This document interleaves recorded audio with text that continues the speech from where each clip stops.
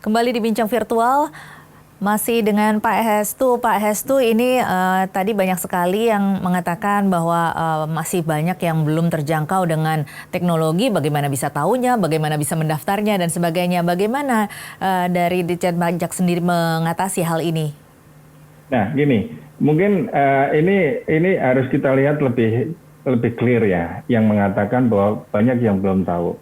Karena teknologi atau apa. Kalau yang memang di luar 2,1 juta, mereka memang nggak pernah punya NPWP, UMKM 60 juta. Tapi yang sekarang dalam keranjang kami, dalam ini kami itu 2,1 juta. Kalau yang dikatakan tidak paham teknologi, nggak ngerti caranya segala macam, itu yang di luar 2,1 juta sebenarnya nggak relevan insentif ini. Selama ini mereka nggak punya NPWP, selama ini nggak pernah bayar pajak, dan ya memang tidak harus kemudian memanfaatkan atau apa gitu ya. Kami memang berharap bahwa mereka pun masuk ke dalam sistem mendaftar, kemudian memanfaatkan. Tetapi yang kami fokuskan adalah yang selama ini bayar. Yang saya katakan tadi 2,1 juta, kemudian kita plus lagi 600.000. Nah ini yang menjadi fokus. Karena yang selama ini bayar, sekarang mereka harus tidak membayar. Supaya membantu meringankan beban mereka. Nah, di situ kan fokus kami di situ. Sehingga tadi kalau dikatakan teknologi, ya kalau itu di luar yang memang sudah ada di sistem kami, ya memang kami nggak relevan juga untuk menjangkau mereka sejauh itu gitu kan. Jadi dengan program yang subsidi atau bantuan sosial tadi yang 2,4 juta kepada 9 juta, nah itu memang harus terjangkau semua supaya semuanya mendapatkan 2,4 juta.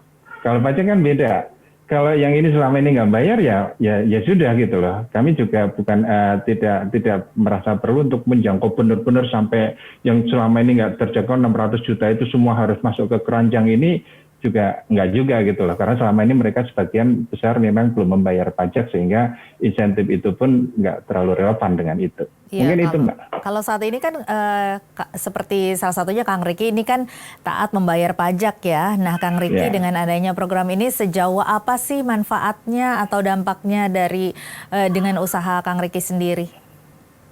Kalau dari manfaatnya sih cukup signifikan ya Mbak, karena kan istilahnya kita dari selama pandemi ini tidak menghasilkan sama sekali Mbak. Jangankan untuk memikirkan pajak, untuk memikirkan karyawan-karyawan aja kita sudah bingung, karena dari bulan Maret sampai bulan Juli kemarin tuh benar-benar tidak produksi Mbak. Jadi dengan adanya program pemerintah ini cukup membantu.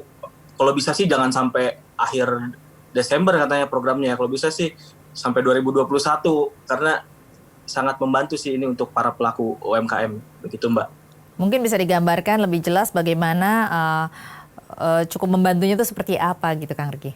Cukup membantu gini, biasanya kan kita harus diwajibkan membayar 0,5% itu kan Mbak. Nah, dengan adanya 0,5% itu kan kita bisa dijadikan buat modal, jadi untuk arus kas kita gitu Mbak. Itu sih lebih ke situ Mbak. Oke, baik. Ini kan sebenarnya anggaran untuk hal ini kan cukup besar ya, 123,4 triliun, betul ya Pak Hestu ya? 123,4 triliun itu untuk keseluruhan insentif untuk UMKM, Mbak, untuk sektor UMKM. Jadi kalau dari situ sebenarnya pajaknya itu hanya 2,4 triliun. Ini angka ini kita ambil dari pembayaran pajaknya UMKM selama setengah tahun waktu itu tahun lalu gitu kan. Kita hitungannya seperti itu. Nah, kembali lagi insentif pajak ini untuk UMKM ini hanya satu bagian kecil dari keseluruhan program PEN untuk UMKM. Ada 123 triliun tadi, sebagian besar itu untuk subsidi bunga kreditnya UMKM. Kemudian untuk yang tadi baru ini diluncurkan, mudah-mudahan minggu depan sudah terrealisir. Setiap UMKM akan mendapatkan 600.000 per bulan selama 4 bulan atau 2,4 juta. Nah ini ada 9 juta, kemudian program-program lain melalui skema-skema pembiayaan, penjaminan oleh pemerintah ini banyak sekali diberikan. Memang saya setuju sekali dengan Pak Bima tadi mengatakan ini informasinya jadi overwhelming gitu ya, sehingga UMKM sendiri mungkin agak kesulitan, tetapi kan ada instrumen atau institusi-institusi yang akan membantu seperti perbankan, pegadaian. Ini hampir seluruh institusi keuangan ini dikerahkan untuk membantu UMKM. apa namanya LPI segala macam yang berhubungan dengan UMKM ini, mereka menjadi instrumen dari pemerintah untuk menyalurkan bantuan-bantuan yang tadi secara total itu 123 triliun ini. Gitu. Iya, Mas Bima, selama ini kan kita tahu bahwa pajak ini kan merupakan pemasukan juga ya untuk pemerintah dengan adanya program ini. Nah, bagaimana ini pemasukan untuk pemerintah dari pajak ini digantikan dengan apa ini? Sekarang gini, kalau hanya targetnya 600.000 UMKM, ya apalagi sebelumnya kan juga tarif PPh finalnya 0,5%. Jadi sebenarnya kalau kita hitung-hitungan kepenerimaan PPh sebenarnya tidak terlalu signifikan gitu ya. Pertama itu, jadi tidak terlalu signifikan ya. Sekarang gini aja, sekarang justru yang menjadi titik poin itu adalah bukan kepada UMKM-nya, tapi kalau menurut saya justru kita harus melakukan evaluasi terhadap insentif-insentif khususnya PPh kepada korporasi ini gitu. Itu yang memang harus dipikirkan lebih baik dipikirkan ini gantinya hilangnya rasio pajak ini dari mana. Kalau UMKM sih menurut saya nggak terlalu signifikan terhadap penerimaan perpajakan ya. Jadi saya cukup mendukung insentif ini. Tinggal tadi kan ini masalah-masalah yang sifatnya hanya teknis ya, menurut saya bukan masalah terkait dengan konsep ya. Terkait dengan sampai berapa lama nih, karena pemulihan ekonomi juga berjalan cukup lama, kemudian juga terkait dengan sosialisasi. Nah tadi yang menarik, yang maksud saya gini Pak Hestu, yang melek digital saja gitu ya, kadang-kadang emailnya dari Dijen Pajak masuknya ke spam gitu.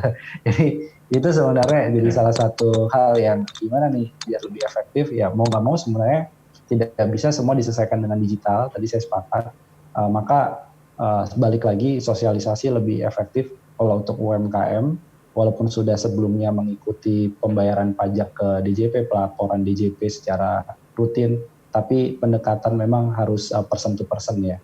Itu aja sih sebenarnya catatan. Jadi ini sebenarnya kalau untuk mendorong perekonomian seperti itu, seperti apa ini dampaknya Mas Bima? Apakah cukup efektif gitu? Ya, jadi gini, efektivitas itu kan diukur dari salah satunya dari seberapa banyak ya UMKM yang dapat. Tadi memang 600.000 dibandingkan 60 juta overall kalau kita melihat kuenya UMKM, ya artinya kan hanya berapa ya, hanya kisaran 1% ya, 1% dari total UMKM. Itu satu hal ya, jadi efektivitas dari magnitude-nya seberapa besar yang kena. Tapi yang 1% ini pun juga bukan berarti tidak perlu ditolong. 1% ini juga perlu dibantu karena omsetnya juga turun cukup tajam di banyak sektor. Artinya gini, artinya ini program bagus ya. Kalau bisa lebih lama artinya lebih panjang. Kalau sampai 2021 bahkan sampai 2022, yang penting kan poinnya Pak Hestu yang saya tangkap adalah yang penting ini rutin melaporkannya aja dulu gitu. Karena insentif jangan sampai menjadikan mereka tidak taat pajak ketika pemulihan ekonomi terjadi, kan kira-kira gitu. Nah, jadi yang penting mereka lapor dulu, kemudian yang kedua saya kira untuk mengukur efektivitas, ya nanti mau dibersamai dengan program apa lagi nih dari sisi fiskal. Tapi balik lagi, menurut saya fiskal pun juga punya banyak keterbatasan, makanya selain dari insentif perpajakan atau fiskal, insentif apalagi dari sisi moneter juga menurut saya juga penting untuk ditambahkan. Intinya adalah porsi bantuan baik pajak maupun non pajak ya moneter kepada UMKM, porsinya saya kira harus 2 kali lipat lebih besar daripada yang level korporasi. Sehingga kalau mau kita lihat magnitude besarnya di situ. Oke, baik.